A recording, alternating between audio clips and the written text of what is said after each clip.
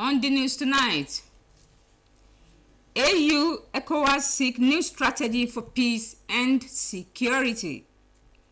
Mixed reactions trade the establishment of state police. Ogun Agro Cargo Airport to commence operation. Good evening and welcome to NTA Jabode News at 7. Thanks for joining us. I am Olawumi Adeniji, and here are the details. Emerging trends in conflicts and violent extremes across Africa will require new strategies to resolve and restore peace in troubled regions, especially in West Africa, where terrorism is slowing down the pace of development. At the inaugural joint consultative meeting of the African Union and ECOWAS Mediation, Peace and Security Council in Abuja, delegates were seeking more impactful role for the AU in continental affairs. Kevin Heonuaye reports. At the moment, conflicts and terrorism are the major challenges facing some parts of Africa. The impact on the economy of affected countries is enormous, but the situation in West Africa is the most challenging for the African Union because of the resurgence of coup with implications for counter-terrorism efforts.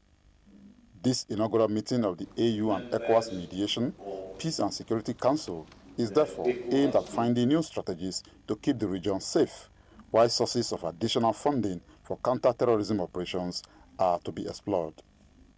The West African region is the most affected by the scourge of terrorism and violent extremism on the continent, in terms of attacks, deaths, and casualties. Together, we can reverse this unfortunate trend. By aligning our strategies and actions, this consultation can foster a deeper understanding of regional security dynamics. We harmonize our efforts, aim at preventive diplomacy, and develop a more effective conflict resolution strategies, thereby ensuring that we have a more cohesive, comprehensive approach to regional peace, security, to ensure stability. A resolution is expected at the end of the meeting. In Abuja, Kelvin Heonuaye, NTA News. The fact that the judicial sector needs critical reforms for the people to have access to justice is not in doubt. This is the convergence of opinion of participants at the ongoing National Summit on Justice in Abuja. Judiciary correspondent Dele Atumbi has more. Before now, there had been clamor for reforms in the justice sector for a fair, equitable, and just society. This National Summit on Justice 2024 is a response to the advocacy for critical overhaul of the justice sector to meet the yearnings and aspirations of the people. The summit, with the team repositioning the justice system, brought together key players in the justice sector, including the major actors in the executive and the legislative arms of government, thereby making it a tripartite arrangement for the good of all. The pursuit of justice lies at the heart of our collective aspirations for a fair and equitable society. It is a fundamental pillar upon which the rule of law rests, and it is essential for the maintenance of peace, stability, and social cohesion. A well-articulated, broad roadmap of initiatives, actions, and responsibilities for addressing and repositioning the justice sector to effectively and efficiently discharge its duties in enhancing national security, upholding the rule of law, promoting the protection of human rights, democratic principles, and socio-economic development of our dear nation. Transformative constitutions depend fundamentally on which political leadership will implement it. This summit is expected to come up with national policy on justice 2024 to 2028 will be a turning point in the advancement of this critical sector of the nation.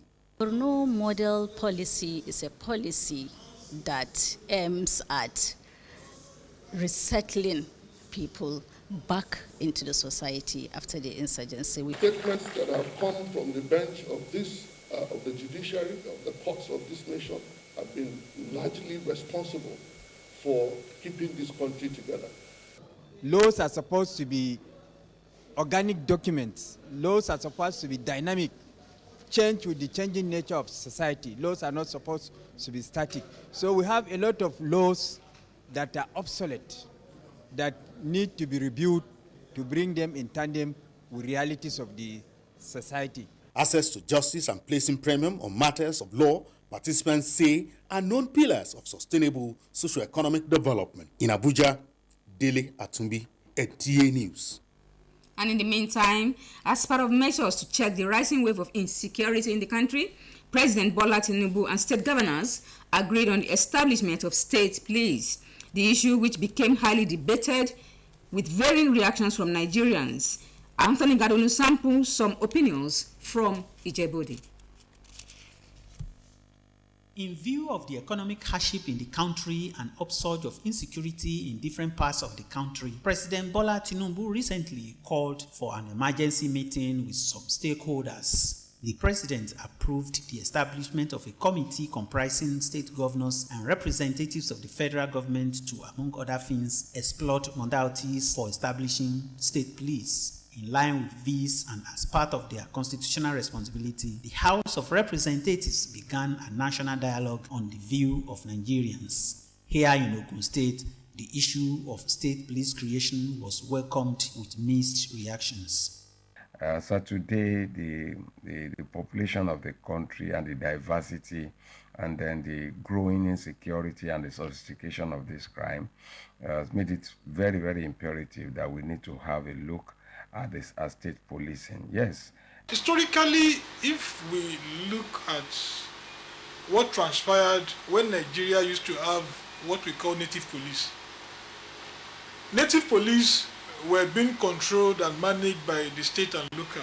At the end of the day, in fact, I can even say some historians made us understand that that is one of the reasons why the military took over the government in 1966. The stakeholders, after analyzing the advantages and disadvantages of the proposed idea, suggested a way forward. So I think what the government needs to do is not creation of institutions upon institutions. The one we have now, let us manage them. They need proper funding. Let's fund them. Really, as far as I'm concerned, I believe that it's something that is doable. It's something that the time is ripe. It's just a matter of willpower. It's just a matter of the political will. The duo who believed in true federalism called for good governance to guarantee the safety of lives and property of Nigerians irrespective of location. In Ijebu-Ode, Anthony Gadonu, NTA News. And away from judiciary and security matters. Physical disability once stood as a stumbling block between persons living with disabilities and formal education, as the Joint Admission and Matriculation Board, JAMB, scales up disability inclusion in the ongoing 2024 Unified Tertiary Matriculation Examination, UTME. KG Busari Ahmad monitored the examination at the Federal College of Education Special, or your NR reports. According to a UNICEF report, about 95% of children living with disabilities in developing countries are out of school, while Nigeria accounts for almost 7 million of the number. Meanwhile, this year, the JAMB Equal Opportunity Group, JEOG, in pursuit of Disability Inclusion and Equal Opportunities in Education program, registered 577 blind candidates in the ongoing 2024 JAMB examination across the country, compared to that of 2023, when it registered only 313 blind candidates. The coordinator of the center, Professor Tawhid Adedoja, who lamented on the high cost of training students living with disabilities, speaks. One embosser now costs about 10 million. And in the whole country, Nigeria, has 15 embossers in the whole country, combined in different institutions. For Nigeria to reach that standard of providing access to textbooks or text materials, reading materials, education materials for blind persons and partially blind persons, you need a minimum of 1,000 embossers. Senator representing Oyo Central Senatorial District, Yunus Akintude, who monitored the examination alongside other stakeholders, called on well-meaning individuals to collaborate with the federal government to ensure quality education for students living with disability. There is no time our resources will be up to our needs. And that's why on 1, 2, 3 occasions we've been finding ways to assist the college. And we'll continue to be doing that to support them. Our society should stop looking down on these persons with special needs. There is ability in disability. They can do it. All they need is for us to give them a chance. Since the inception of the GEOG committee in 2017, over 30% of students living with disabilities have since gained admission into various tertiary institutions in the country. KG Busari Ahmed, NTA News. Still on education. Parental reading, which involves pregnant women reading to their unborn babies, has been revealed as a good way to imbibe the reading culture in children. This was as the Nigerian Copyright Commission marks this year's World Book and Copyright Day in honor of Professor Wole Soyinka, whom they refer to as the tallest Iroko tree in the forest of literature. Grace Anyoleke reports that the commission used the occasion to adopt the birthday of the Nobel laureate, 13th of July, as Reading Day in Nigeria. I have a good reason for refusing them. Books lighten the path of imagination and improves literacy, bringing life to the cliché, "You are what you read."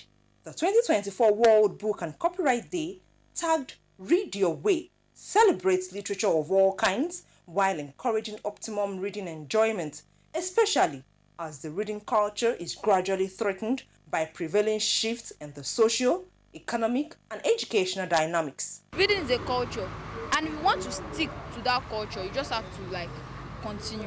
Tangible literatures must be given to children. It's a strategic plan that in the school we are going to have subject that is called reading. Reading starts from the womb till various stages of life. Establishing that reading is a foundation of all learning, it is important that authors and creators are duly recognized and protected by the copyright laws. Thus, the Nigerian Copyright Commission (NCC) calls on the public to join in the fight against piracy. In most of the schools, we have a copyright club. You run away from fake drugs. But when you see cheap pirated books, you embrace them. But by reading a pirated book, you are taken away from what would have gone to the author. Embarking on an inclusive reading campaign, visually impaired students also read to the audience. In recognition of his contribution to the literary world, this year's Book and Copyright Day is dedicated to Nobel laureate and UNESCO Goodwill Ambassador, Professor Wole Soyinka, on the occasion of his 90th birthday in Ibadan. Grace Anyoleke, NTA News. We are going on a short break now. We'll be right back after this time out. Don't you go away. Hooray! The ancient city of Ijebu-Ode will be agog again. All roads lead to the Afin Awujale of Ijebu land for installation of the third Asiwaju of Ijebu in recent history by Awujale and paramount ruler of Ijebu land, Alayeluwa Oba Dr. Sikiru Kayode Adetona Ogbagba II, who now the Kafid. It's no other person than a business mogul, philanthropist, and former chairman of Sterling Bank PLC, Alhaji Dr. Sulaiman Adebola Adegunwa OFR, as he will be installed as Asiwaju of Ijebu. And since a bird does not fly with one wing, his wife, Hajiya Fatima Adegunwa, will also be installed as Yeye Asiwaju and Arabake of Ijebu. The ceremony will be performed by Kabiyesi Alayeluwa Oba Dr. Sikiru Kayode Adetona, the Awujale and paramount ruler of Ijebu land, at the Afin Awujale on Saturday, 27 April 2024 by 10 in the morning. Alhaji Dr. Sulaiman Adebola Adegunwa is the founder and chairman of SA Holdings Limited, parent company of Right Foods Limited, a former chairman, Manufacturers Association of Nigeria, Ogun State branch. Come one, come all. You're welcome back and thanks for being there. Ogun State Governor Dapo Abiodun says the Gateway Agro Cargo International Airport will begin flight operations soon. The governor disclosed this at a breakfast meeting with chief executive officers of companies, captains of industries, entrepreneurs, and investors who are on a visit to the state. Lekwan Mode reports. The governor, who notes that the process of the approval of the airport for the commencement of operation has reached a conclusive stage, ready for commissioning, adds that the federal government has also approved the special agro-processing zone as a free trade zone in the state. He also disclosed that the state government will also flag off the Kajola Inland Container Terminal, adding that when fully operational, the terminal will allow investors the opportunity to transport their containers, process their raw materials, and export their goods without any hitch. Our vision from the time we assumed office has been very, very clear. It takes into consideration our comparative advantage over other states, and is all about our investors. To be a focused administration, to provide that qualitative governance and create an enabling environment for us to partner with you. Stakeholders acknowledge that the state is fast becoming investors' destinations of choice due to its conducive, business-friendly environment made possible by the reforms of Governor Abiodun. The investors unanimously commended the governor for the unprecedented infrastructural development and the improvement in all sectors of the state economy. In Abeokuta, Lekon Agbode, NTA News. The beauty of immunization is that it has continued to save millions of lives across the world. In fact, experts believe that the global vaccine drive of the second half of the 20th century, which led to the eradication of smallpox and great improvements in the fight against polio, can be classified among humanity's greatest achievements. As the world marks Immunization Day, Engineer John Adams examines his impact in ensuring a healthy nation. It is 50 years into the expanded program on immunization, EPI, and since conceived, the world has switched from a horrifying position where parents feared the death of a child to where every child, if vaccinated, has a chance to survive and thrive. Having developed vaccines for certain diseases, and there are quite a lot of diseases we are now protecting with vaccines, it's one way of guaranteeing that of the many things that can kill you, you've at least eliminated those risks. Vaccines are not meant to make somebody impotent, infertile, and all those myths and rumor and a lot of misinformation about vaccines, they are not true. The outbreak of COVID-19 was a setback to the progress already made in global immunization, leading to sudden outbreaks of diseases like diphtheria and measles. But the good news is that the world is getting back on track, with data from the World Health Organization showing improvement in global vaccine coverage, with 4 out of 5 children fully covered. Even with the improvement, government is not letting its guards down. As a team in the health sector, we'll just double down to ensure that Nigerians get access to the most basic healthcare services, whether it's mothers, children, the elderly, the poor and vulnerable, to ensure vaccinations are available through the primary healthcare system. As the world continues to battle outbreaks of vaccine-preventable diseases through campaigns, experts say traditional and religious leaders must join the fight for the nation to enjoy a healthier society. In Lagos, Hinginu John Adams, NTA News. And that concludes our package for tonight. Good night.